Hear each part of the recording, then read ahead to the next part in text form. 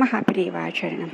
நம்முடைய குழந்தைகளுக்கு நம்ம கதைகள் சொல்லும் பொழுது புராணத்தில் இருக்கக்கூடிய கதைகள் எல்லாம் சொல்லுவோம். அதில் மகான்கள் சொல்லுவோம், அவங்க தவம் செய்வது, தவம் செய்யும் பொழுது கடவுள் வரம் தருவது, இது போன்ற விஷயங்களை சொல்லுவோம்.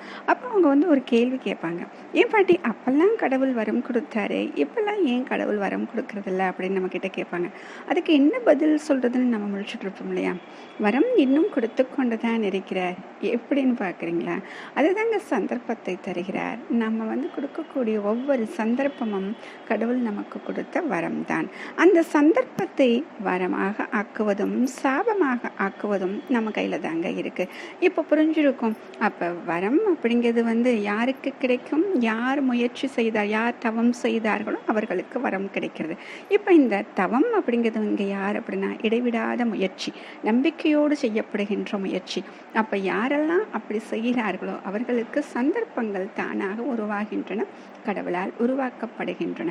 அப்ப அந்த சந்தர்ப்பத்தை இதுதான் நமக்கு கிடைத்த வரம் என்று நினைத்து அழகாக பயன்படுத்துபவர்கள் எத்தனையோ பேர் இருக்கிறார்கள்.